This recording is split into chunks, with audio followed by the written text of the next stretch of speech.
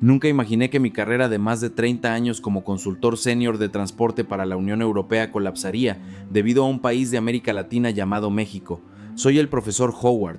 Toda mi vida he recorrido el mundo evaluando estándares viales y sistemas de transporte, desde el impecable sistema de por Autobahn por en Alemania hasta los túneles más complejos de Suiza. Siempre albergué la firme creencia de que el estándar europeo era el número uno, la cumbre de la civilización, y que ningún país tropical podría compararse. El mes pasado recibí una misión que no deseaba. La comisión me ordenó volar a Ciudad de México para evaluar el potencial de la infraestructura destinada al turismo de alto nivel. Mis colegas en Londres se rieron. Dijeron: Howard, prepárate para enfrentar el peor tráfico del mundo. Prepárate para carreteras llenas de baches y baños públicos tan sucios que no te atreverás ni a respirar. Yo también me preparé psicológicamente para eso. Hice las maletas con una sensación de desánimo, con la mente llena de imágenes de caos, desorganización y atraso. Antes de partir, le dije a mi esposa: iré y volveré rápido. Me quedaré el menor tiempo posible. No creo que pueda soportar ese desorden por mucho tiempo. Pero no sabía que este viaje se convertiría en la lección más grande de mi vida y haría que un viejo arrogante y pretencioso como yo derramara lágrimas de emoción bajo el sol abrasador de México. En cuanto las ruedas del avión tocaron la pista del Aeropuerto Internacional de la Ciudad de México, la primera sorpresa me golpeó. Había imaginado un aeropuerto viejo y sofocante, pero frente a mí se alzaba una obra arquitectónica de acero y cristal imponente, hermosa y ordenada. Los trámites de inmigración fueron incluso más rápidos que en el aeropuerto de Heathrow en mi tierra. Todo el personal sonreía y saludaba con un gesto amable. Cortesía fue solo una pequeña impresión, pero mantuve mi escepticismo. El aeropuerto podría ser solo una cara pintada, la realidad debía estar en las carreteras de afuera. Alquilé un coche para probar la ruta desde la capital hacia la región montañosa, lo que los mexicanos llaman la Sierra Norte. Quería ver el estado real de las carreteras regionales, no solo rondar la capital. Mi destino era la ciudad de Pachuca. Configuré el GPS y comencé el viaje. La escena frente a mí me obligó a frotarme los ojos. Estaba conduciendo por una autopista de primera, extendiéndose a través de montañas ondulantes y valles verdes tan hermosos como una pintura. El pavimento era liso, las líneas de carril claras y las señales estaban en español e inglés, fáciles de entender. El paisaje a ambos lados del camino estaba lleno del verde de los bosques. Era completamente diferente a las imágenes de caminos polvorientos que había imaginado. Conduje con placer. Los vehículos se movían con orden, nadie tocaba el claxon de manera frenética como en los rumores que había escuchado. Después de unas 2 horas de manejo, una necesidad natural empezó a apremiar. Busqué señales de baños o paraderos. En Europa, los paraderos son mayormente estacionamientos desolados con baños de acero inoxidable fríos, máquinas de café con sabor terrible o restaurantes caros donde la comida no sabe a nada. No esperaba más que una gasolinera vieja para resolver mis asuntos y seguir. Entonces, entré a una estación de una marca con un logo de un sol brillante. Me di cuenta de que era Pemex. Tan pronto como el coche se detuvo, tuve que exclamar: «Esto no es una gasolinera, esto es claramente un parque». Lo que vi fueron árboles verdes dando sombra por todas partes. Había pequeños jardines decorados meticulosamente con flores. Había una cafetería tipo invernadero entre los arbustos. Una tienda de conveniencia brillante y, lo más sorprendente, una serie de tiendas de artesanías locales y restaurantes. El ambiente era cálido y vibrante. La gente caminaba con sonrisas, padres llevando a sus hijos a comprar dulces, jóvenes tomando café y trabajando. Esto no era solo un punto de parada para cargar combustible, sino un lugar para recargar la energía vital de los viajeros. Caminé directo al baño con la cautela propia de un europeo. Al llegar a América me había preparado con una mascarilla en la mano, pero al entrar tuve que guardarla de inmediato. Lo que golpeó mi nariz no fue un olor desagradable, sino el aroma suave de aceites esenciales de hierbabuena y limón. El suelo de azulejos estaba tan seco y limpio que casi se podía dormir en él. Los lavabos brillaban. Una señora de limpieza mayor estaba fregando diligentemente el espejo. Cuando me vio, se detuvo, dejó el paño, juntó sus manos frente al pecho y me hizo una reverencia con la sonrisa más sincera que he visto jamás. «Buenos días, señor. Pase a usar el baño, está limpio». No entendí sus palabras en español, pero su lenguaje corporal y su mirada transmitieron un mensaje que superó cualquier barrera. Ella no hacía eso por obligación, sino con orgullo. Estaba orgullosa de mantener ese lugar impecable para recibir a los visitantes. Asentí con torpeza y resolví mi necesidad con una sensación que había cambiado por completo. Después de salir del baño, di una vuelta con asombro. Vi una tienda de productos locales con el sello de Hecho en México. Vi a gente local vendiendo barbacoa, quesos, frutas deshidratadas y textiles artesanales. El empaque quizás no era tan lujoso como en los centros comerciales de París, pero estaba lleno de dedicación. Compré un paquete de plátanos deshidratados de una anciana. Ella me dio una pieza extra y me hizo señas para que la probara. El dulzor y la textura crujiente me hicieron levantar el pulgar. Este era el sabor de los ingredientes naturales que no se encuentran en los supermercados de mi país. El hambre comenzó a apretar. Entré a una pequeña área de comida. Pensé que solo encontraría hamburguesas o sándwiches secos. Pero lo que vi fue un mostrador con decenas de guisos en ollas de barro, colores vibrantes. El aroma de las especias se extendía por todos lados. Pedí un plato de arroz con carne y huevo frito. El precio me sorprendió. Era tan barato, menos que un café en el aeropuerto de Londres. Me senté y di el primer bocado. El sabor profundo de la carne, la suavidad del huevo y el aroma de la salsa picante explotaron en mi boca. Dejé la cuchara y miré el estacionamiento. Vi coches caros aparcados junto a camionetas llenas de productos agrícolas. Un camionero bajó y se sentó a comer un caldo de pollo al lado de un empresario con traje y corbata. Todos compartían el espacio de manera igualitaria. En Europa tenemos una división de clases invisible. Pero aquí, en este paradero, todos son compañeros de viaje. Comencé a escribir en mi cuaderno, no sobre el ancho de la carretera ni el grosor del asfalto, sino que anoté: México tiene la infraestructura espiritual más sólida del mundo, es la de compartir y convivir en armonía. Pero la historia no terminó con la impresión del espacio. El evento que realmente cambió mi vida ocurrió después de manejar unos 50 kilómetros lejos de la gasolinera. Estaba tan absorto conduciendo que olvidé mirar el indicador de gasolina. Por mi propio descuido, el coche empezó a dar tirones y el motor se apagó en medio de la autopista, donde los vehículos pasaban a toda velocidad. Giré rápidamente hacia el acotamiento, con el corazón palpitando y el sol abrasador quemando la piel. Miré mi móvil y descubrí que se había quedado sin batería. Lo había olvidado por completo.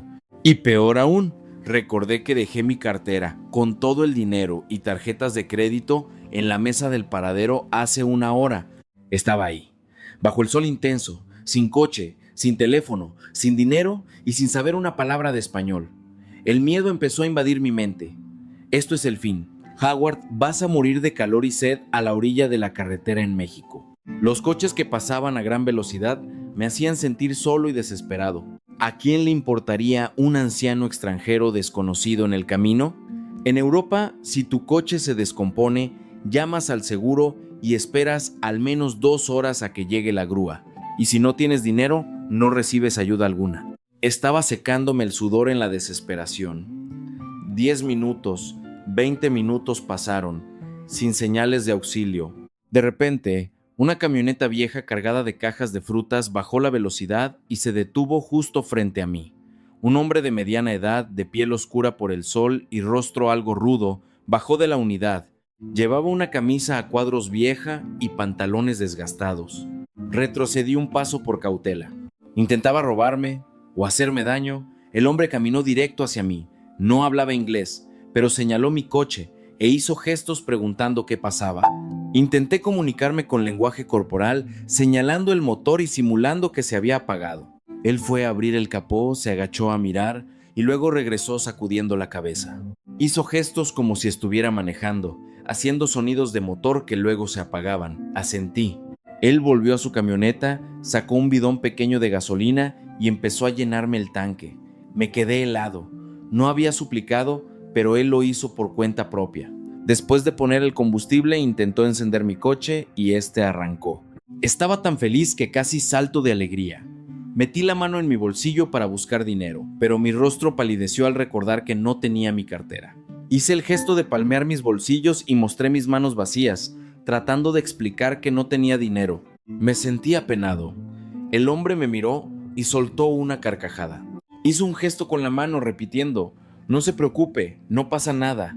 Regresó a su camioneta, tomó una bolsa grande de frutas, mangos maduros y amarillos, me los puso en las manos y me dio una palmada en el hombro antes de subir y marcharse. Me dejó ahí, parado y atónito junto a la carretera con la bolsa de mangos y el coche con gasolina suficiente para seguir. Mis lágrimas comenzaron a rodar, no por miedo, sino por vergüenza.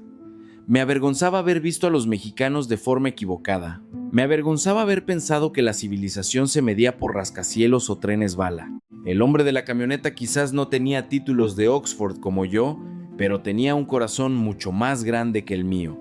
Ayudó sin esperar recompensa. Ayudó simplemente por ver a un semejante en problemas. Esto es algo que ningún libro de ingeniería puede enseñar. Pero el milagro no terminaba. Cuando regresé a la antigua gasolinera para buscar mi cartera, me preparé mentalmente para lo peor. Gran cantidad de efectivo, tarjetas de crédito y pasaporte. Seguramente alguien los había encontrado y tomado. En un mundo donde lo material es lo más importante, nadie dejaría pasar una suma así. Al llegar, corrí hacia el restaurante. Mi corazón palpitaba. La mesa estaba vacía, sin cartera alguna. Mis piernas flaquearon y me dejé caer en la silla. Pero entonces, la dueña del restaurante salió de la parte de atrás con mi cartera negra familiar en la mano.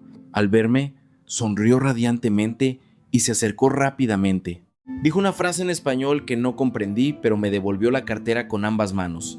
La abrí apresuradamente para revisar. Todo estaba intacto, cada billete, cada tarjeta y el pasaporte. Nada faltaba. La dueña señaló la cámara de seguridad y luego a mí, tratando de explicar que la había guardado esperando a que yo regresara. Miré el rostro de esa mujer, una persona común que se levanta a las 4 a.m. para cocinar. Podría haber tomado el dinero fácilmente sin que nadie supiera, pero eligió no hacerlo. En ese momento, el muro dentro de mi corazón se derrumbó. Junté mis manos y me incliné ante ella de la forma en que vi hacerlo en el aeropuerto. Me incliné lo más bajo posible. Las lágrimas que había reprimido tanto tiempo fluyeron por mis mejillas.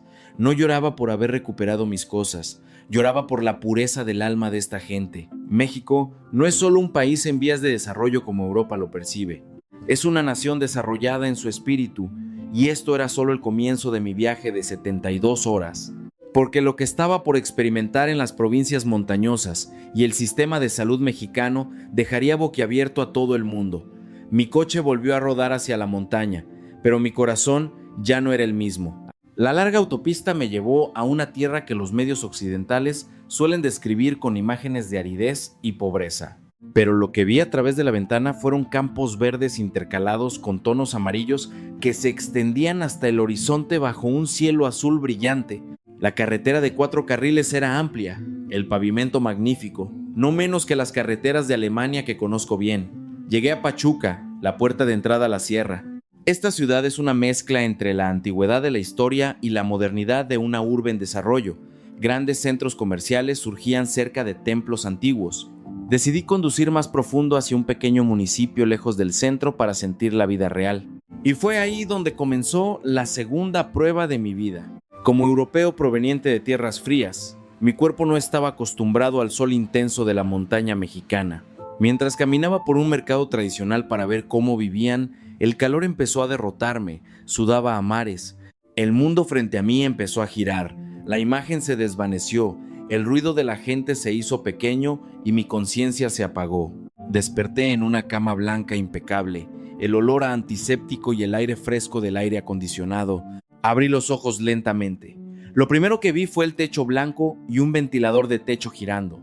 Me sobresalté, intentando sentarme. El primer pensamiento fue: seguramente estoy en algún hospital privado carísimo. ¿Lo cubrirá mi seguro de viaje? El costo debe ser una fortuna. Ya despertó, doctor. Una voz dulce con acento mexicano sonó. Una enfermera joven con uniforme blanco entró con una sonrisa. Tomó mi presión y pulso con destreza. ¿Dónde estoy?, pregunté con voz ronca. Es la clínica del centro de salud rural. Sufrió un golpe de calor. La gente del mercado ayudó a traerlo, respondió. Fruncí el ceño. ¿Una clínica rural? Según mi conocimiento, un centro médico local en un país en desarrollo debería ser una habitación pequeña con equipo viejo y sucio. Pero aquí, el suelo brillante, el equipo médico se veía moderno y, lo más importante, el cuidado atento del personal. Descansé una hora hasta que me sentí mejor y salí a la sala de espera para pagar. La escena me hizo detenerme. Muchos habitantes locales esperaban consulta, niños, ancianos y jóvenes, pero lo extraño es que nadie se veía tenso. Los médicos y enfermeras saludaban a los pacientes como a familiares. Abuelita, hoy su presión está mejor, recuerde tomar el medicamento. Señor, evite la comida salada, le hace daño a los riñones. Esas conversaciones resonaban por todos lados. No era la relación médico-paciente, sino como nietos cuidando a sus mayores. Cuando llegó mi turno de pagar, el personal informó el costo total de la consulta, medicamentos y servicios. Yo ya tenía lista mi tarjeta de crédito con límite alto, pero la cifra que escuché no podía ser real. Son 150 pesos, señor, me quedé helado. ¿$150? No, señor, 150 pesos mexicanos, apenas unos $7 estadounidenses. Ella sonrió. Me quedé paralizado. ¿150 pesos? En Europa, esa cantidad ni siquiera compra un sándwich en el aeropuerto. Pero aquí recibí primeros auxilios, descansé en una habitación con aire acondicionado, obtuve medicamentos y me trataron como de la familia. ¿Por qué es tan barato? No pude dejar de preguntar. Ah, si usted fuera mexicano y tuviera seguridad social, sería gratuito. En México tenemos un sistema de salud para todos, sin importar si eres rico o pobre. No queremos que nadie se quede en la miseria por una enfermedad, explicó. Salí de la clínica con un nudo en la garganta. En mi país tenemos la tecnología médica más avanzada del mundo, pero los pobres esperan meses para ser atendidos. Muchos ancianos mueren en soledad en apartamentos lujosos porque nadie los cuida. Pero aquí, en un pequeño pueblo entre las montañas, tienen un sistema que cuida la dignidad humana a la perfección. Pero la impresión no terminó ahí. Mientras caminaba hacia el coche, un grupo de personas con chalecos azules de voluntarios se acercó. Una mujer de mediana edad me dio una bolsa de plástico con tamales, pollo asado y un poco de ensalada de nopales. Coma para que agarre fuerza, señor, dijo en su lengua local con una sonrisa. La enfermera me explicó que son promotores de salud comunitaria. Son gente común que sacrifica su tiempo personal para ayudar a la salud de la comunidad, caminando casa por casa para medir la presión de los ancianos, evitar enfermedades y ser la primera línea ante emergencias. Reciben un pequeño apoyo, pero trabajan con todo el corazón. Promotores de salud comunitaria. Esta frase corta me impactó profundamente. En un mundo capitalista, donde todo funciona con dinero, aquí todo funciona con bondad. Recibí la bolsa de comida, estaba caliente, igual que el corazón de esta gente. Esa noche el comisariado ejidal supo que un extranjero se había desmayado en el pueblo y me invitó al centro comunitario. Dijo que habría una ceremonia de limpia con hierbas para darme la bienvenida. No sabía qué era, pero acepté. Al llegar, vi a la gente sentada en un círculo. En el centro había una ofrenda con flores y veladoras. Una anciana con un rostro bondadoso me esperaba sonriendo. Que lo bueno se quede, que lo malo se vaya, se escuchó una melodía en náhuatl. Todos cerraron los ojos, el ambiente era solemne y cálido. Después, los ancianos se acercaron uno a uno, pasaron ramos de hierba sobre mí y me dieron una bendición. Que esté sano, le deseamos un buen camino. Esas manos arrugadas y callosas por el trabajo de toda una vida me tocaron con gentileza y respeto. Su mirada no me veía como un extraño o un turista, sino como un hijo que regresa a casa. Miré mis manos, sintiendo un nudo en la garganta. Soy un profesor de una de las mejores universidades del mundo, con un sueldo alto y una gran casa en Londres, pero siempre me he sentido solo en mi carrera. Comía solo, dormía solo y luchaba solo en el despiadado mundo de los negocios. Pero aquí, en una casa antigua, con gente que no hablaba una gota de inglés, me sentí más seguro y cálido que en los últimos 20 años. Mis lágrimas volvieron a caer, esta vez no por la emoción de recuperar la cartera, sino por el descubrimiento. Descubrí que la verdadera civilización no son los rascacielos, ni las carreteras de 8 carriles, ni los trenes bala. La verdadera civilización es una sociedad que no deja a nadie atrás. Una sociedad donde los extraños son amigos que no conoces. Una sociedad donde el dinero no afecta cómo te tratan. Al verme llorar, todos rieron alegremente y me palmeaban la espalda para consolarme. El comisariado me dio un vaso de agua fresca de Jamaica y dijo a través de un joven que hablaba algo de inglés: si el extranjero llora, es porque ya se volvió mexicano. Los mexicanos usamos las lágrimas para hablar con el corazón. Esa noche me quedé en un pequeño hotel rural, escuchando el sonido de los grillos. Comencé a cuestionar el informe que debía presentar a la Unión Europea. Originalmente iba a escribir para criticar la infraestructura de México, pero ahora el esquema en mi cabeza cambió por completo. No escribiré sobre el concreto de las carreteras, sino sobre el camino de bondad humana que conecta al pueblo mexicano. No escribiré sobre presupuestos de salud, sino sobre el ejército de voluntarios de salud, el grupo más grande del mundo. Y no concluiré que México necesita aprender de Europa, sino que Europa necesita aprender de México. A la mañana siguiente desperté temprano para continuar el viaje. Mi destino eran las costas del Golfo. Escuché que allí esperaba otra cosa sorprendente: puentes sobre el mar y una economía marítima dinámica. Pero lo que estaba por encontrar confirmaría mi nueva fe en que México es una potencia cultural a la que el mundo debe prestar atención. Mi coche salió del pueblo. La gente se despidió moviendo las manos como si fuera uno de los suyos. La imagen de esas sonrisas en el espejo retrovisor se hizo pequeña, pero el recuerdo quedará grabado para siempre en mi corazón. Mi viaje continuó a lo largo de las hermosas carreteras costeras. El paisaje era la magnificencia de la naturaleza mezclándose perfectamente con la dinámica económica moderna. Pasé por Veracruz y Cancún. Esas ciudades costeras, que antes eran solo destinos turísticos, hoy son vibrantes con puentes modernos, puertos de aguas profundas y parques industriales de alta tecnología. Detuve el coche en un mirador, mirando el azul profundo del mar. Los puentes no son solo construcciones, son símbolos de visión. México se está posicionando como un centro de producción y logística inteligente en la región. Las carreteras que recorrí no se construyeron solo por lujo, sino para servir al crecimiento económico ilimitado. Empecé a entender por qué las grandes corporaciones del mundo eligen colocar sus plantas aquí, pero lo que más me sorprendió hoy no fueron las carreteras o los puentes, sino la gente y la inteligencia de los mexicanos. Visité una granja agrícola de alta tecnología por recomendación local. El letrero en la entrada decía Centro de Aprendizaje de Agricultura Inteligente. Imaginé encontrar a un agricultor con sombrero de paja montando un tractor viejo, como las imágenes antiguas que los medios occidentales suelen retratar, pero al entrar, la escena me dejó con la boca abierta. No había tractores viejos. En su lugar, drones de gran tamaño volaban para regar y rociar fertilizantes biológicos con precisión sobre las hortalizas verdes. El dueño de la granja salió a recibirme. No era un anciano, sino un joven alto, de piel morena, con ojos llenos de determinación. Se presentó como Alejandro, de poco más de 30 años. Contó que solía ser ingeniero de software en la capital con un sueldo alto, pero decidió renunciar y volver a sus raíces para seguir el legado de sus padres. Pero no volvió para trabajar la tierra de forma tradicional. Aplicó la tecnología que aprendió para cambiar este terreno árido. Mire esto. Alejandro sacó su teléfono inteligente. La pantalla mostraba gráficos de la humedad en el suelo, temperatura y condiciones climáticas en tiempo real. Escribí el programa para controlar todo el sistema de riego por goteo en esta granja a través del teléfono. Sé exactamente qué planta necesita agua y puedo dar órdenes desde cualquier lugar del mundo, incluso tomando un café en la ciudad o viajando al extranjero. Escuché su explicación con asombro. En Europa, la tecnología a este nivel solo se ve en granjas a gran escala de capitalistas ricos. Pero aquí, un agricultor individual en una zona remota puede acceder y aplicar tecnología de punta creada por él mismo. Alejandro me llevó a ver el invernadero de melones japoneses. Los frutos con redes hermosas colgaban por todas partes.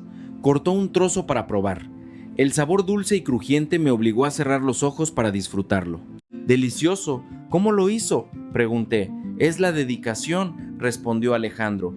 La tecnología nos ayuda a trabajar más fácil, pero el corazón del problema es la meticulosidad del mexicano. Cuidamos cada planta como a un hijo, observando cada hoja, cada flor. La tecnología de Occidente puede ser precisa, pero la sofisticación del mexicano es lo que le da ese sabor especial a nuestros productos. Su respuesta me dejó reflexionando. Los mexicanos tienen una habilidad especial para conciliar. Adoptan cosas nuevas de Occidente, pero nunca abandonan sus raíces.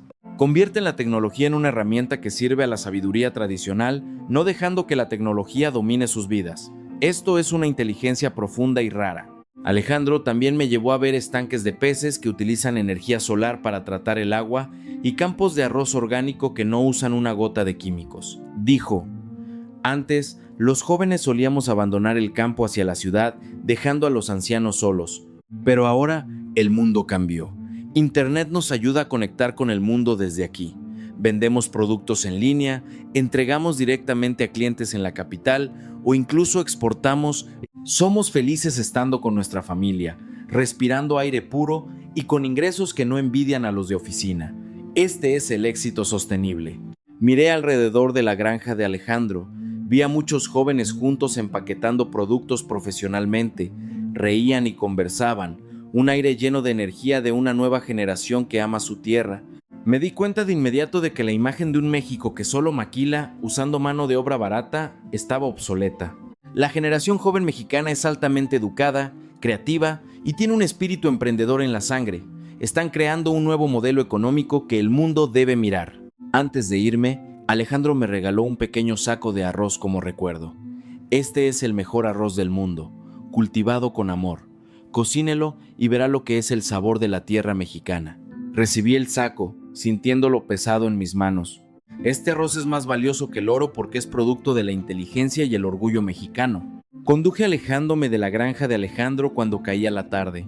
El sol dorado brillaba sobre los campos a ambos lados del camino. Pasé por una escuela rural. Vi a pequeños estudiantes caminando hacia casa. Sus rostros irradiaban sonrisas y hacían una pequeña reverencia al ver pasar mi coche. No pude evitar pensar que estos niños en el futuro se convertirán en pilares importantes llevando a este país lejos, con una base cultural sólida y un espíritu de aprendizaje ilimitado. Esa noche decidí descansar en un hotel pequeño frente a la playa en Cancún. Un ambiente de noche era hermoso y pacífico. Había un malecón extenso para caminar y andar en bicicleta. La gente salía a correr y relajarse. Entré a una cafetería de estilo clásico y pedí un café artesanal hecho con granos cultivados en México. El barista era un joven con lentes gruesos, que se veía muy intelectual. Me explicó detalladamente el origen de los granos de café, de qué región montañosa venían, a qué altura y qué sabor tenían. Su inglés era tan excelente que tuve que elogiarlo. ¿Estudió en el extranjero?, pregunté. No, señor, me gradué de la universidad en México. Aprendí inglés a través de YouTube, respondió con una sonrisa tímida. Amo el café y quiero que el mundo sepa que el café mexicano no es inferior a ningún otro país. Me senté a disfrutar mi café, mirando el mar que se movía suavemente en la noche. La luz de los edificios y hoteles brillaba. Tomé mi cuaderno y escribí: Europa puede estar orgullosa de su historia antigua y sus grandes obras arquitectónicas, pero México debería estar orgulloso de su capital humano. Los mexicanos tienen una humildad que esconde una fuerza y una inteligencia extraordinarias. Son como el bambú, capaces de doblarse ante la tormenta sin romperse, pero con raíces que se aferran profunda y firmemente a la tierra. Mi viaje de 72 horas estaba por terminar. Mañana volaré a la capital para enfrentar la realidad de una metrópoli antes de volver a casa. Pero sé que la Ciudad de México ante mis ojos nunca volverá a ser la misma. No buscaré el caos, sino el corazón de esta nación escondido en ese bosque de concreto. Y estoy seguro de que la conclusión de este viaje dejará intranquilos a los miembros del Consejo de la Unión Europea cuando lean mi informe final. Mi avión aterrizó en el aeropuerto internacional. La imagen de los campos verdes fue reemplazada por rascacielos y una red de carreteras complejas como una telaraña gigante. Antes, todos los informes de la Unión Europea decían que el transporte en las grandes ciudades de México era una pesadilla. También me preparé mentalmente para quedar atrapado en el tráfico durante horas, pero lo que experimenté me sorprendió por centésima vez. Decidí ir del aeropuerto al centro de la ciudad en transporte público para comprobar su eficacia. Subí a un autobús eléctrico de la red de transporte urbano. En cuanto entré, tuve la sensación de estar en un vehículo público en Europa, más que en una ciudad latinoamericana. El autobús era extremadamente limpio, moderno, con Wi-Fi gratis y puertos de carga USB. El precio era increíblemente barato. Mientras avanzaba, observé el comportamiento de la gente. Subían y bajaban de manera ordenada, nadie empujaba. Dentro del autobús, el aire era fresco y silencioso. La gente conversaba en voz baja o miraba su teléfono. Y la imagen más impresionante ocurrió cuando una anciana subió al vehículo. Inmediatamente, un estudiante que estaba sentado se levantó para cederle el lugar. Luego, una mujer embarazada subió. Una chica de oficina también se levantó rápidamente sin que nadie se lo pidiera. bondad, esta palabra volvió a aparecer en mi mente. En los países desarrollados, tenemos leyes que regulan asientos prioritarios para discapacitados y ancianos, pero la gente suele fingir estar dormida para no ceder el lugar. Pero en México, no necesitan leyes para obligarlos. Usan la ley del corazón. Esto es la verdadera civilización que el dinero no puede comprar. El autobús me llevó al centro de la ciudad. Bajé cerca del área del Palacio de Bellas Artes. El paisaje era el de una metrópoli de talla mundial, igual que Tokio o Singapur. Rascacielos con diseños futuristas, centros comerciales gigantes. Vi carteles LED enormes mostrando imágenes de autos eléctricos, una prueba de que México está emergiendo como líder de producción en la región. Caminé hacia el Zócalo, centro de la juventud y la modernidad. Vi a jóvenes vestidos con gran estilo, expresándose con confianza. Había grupos de música callejera, interpretando canciones internacionales y música mexicana mezcladas vibrantemente. Me detuve a escuchar y me di cuenta de que esta ciudad ya no es un destino turístico barato, sino un centro de creatividad y estilo de vida global. Entré a una gran librería en el centro comercial. Vi a libros traducidos del extranjero junto a libros de autores mexicanos. Vi a mucha gente joven sentada leyendo apasionadamente. Esta imagen rompió la acusación de que los mexicanos leen poco.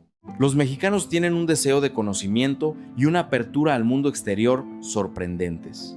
Esa noche fui al aeropuerto para prepararme para volver a casa. Mientras esperaba para abordar, miré a través del cristal contemplando las luces brillantes de la ciudad por la noche. Se veía como una alfombra tejida con piedras preciosas. En las últimas 72 horas comencé con desprecio, pero terminé con admiración. Saqué mi cuaderno y escribí la última frase para finalizar mi viaje. Europa es un pasado grandioso, pero América Latina es un futuro brillante y México es el corazón de ese futuro. Una semana después, en la gran sala de reuniones del Consejo de Transporte de la Unión Europea en Bruselas, un aire tenso prevalecía. Los altos comisionados de muchos países esperaban escuchar mi informe. Todos esperaban estadísticas, gráficos comparativos o críticas severas sobre el atraso de la infraestructura en América Latina. Subí al podio, puse el grueso informe sobre la mesa, pero no lo abrí. Me quedé quieto mirando por toda la sala y comencé a hablar con una voz un poco temblorosa pero decidida. Señoras y señores, antes de ir a México, creí que mi misión era ir a enseñarles cómo es un mundo civilizado. La sala se quedó en silencio total. Todas las miradas se posaron sobre mí. Pero me equivoqué. Me equivoqué gravemente. Presioné el control para proyectar una imagen en la pantalla grande. No era un gráfico de tráfico, sino la imagen de un baño en una gasolinera limpio como el de un hotel de 5 estrellas. La imagen de los aldeanos haciendo una limpia para desearme bien y la imagen de los jóvenes agricultores usando drones para cultivar. Solíamos estar orgullosos de tener las carreteras más anchas, los trenes más rápidos, los edificios más altos, continué. Pero en México tienen algo que nosotros perdimos hace mucho tiempo, el alma. He visto los baños públicos más limpios del mundo. No porque tengan tecnología avanzada, sino porque todos los usuarios tienen la conciencia de mantenerlo para el que sigue. Experimenté un sistema de salud con un costo increíblemente bajo, pero con una calidad superior porque los médicos y enfermeras ven a los pacientes como familiares, no como clientes. Y vi una infraestructura que no fue construida para lo material, sino para la felicidad de la gente. Hice una pausa, tragando el nudo en mi garganta. Señoras y señores, podemos ganarles en hardware, podemos tener un PIB más alto, pero en software, en humanidad, en felicidad y en cómo convivir en armonía, México nos lleva años luz de ventaja. Levanté el informe. Este reporte no tiene ninguna recomendación que pida a México mejorar algo, sino una única recomendación para nosotros, los europeos, que dejemos de mirar al mundo con ojos arrogantes y empecemos a aprender humildad de ellos, aprender a sonreír desde el corazón, a compartir y a construir una sociedad que no solo sea rica en dinero, sino rica en calidad humana.